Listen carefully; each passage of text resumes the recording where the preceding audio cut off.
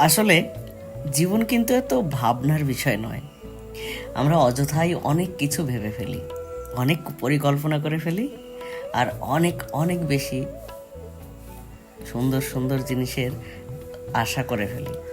আসলে জীবন না অতীতে না ভবিষ্যতে, জীবন কিন্তু এই মুহূর্তেই। কে জানে জীবন কতটুকু সময় কোথায় কি হয়ে যাবে। আসলে যন্ত্রণার কখনো শেষ হবে না, টেনশনের কখনো শেষ হবে না। পৃথিবীতে যতদিন থাকতে হবে, শুধু কি করতে হবে, এই টেনশন যন্ত্রণা এর মধ্যেই প্রত্যেকটা ছোট্ট ছোট্ট মুহূর্তকে বাঁচতে হবে।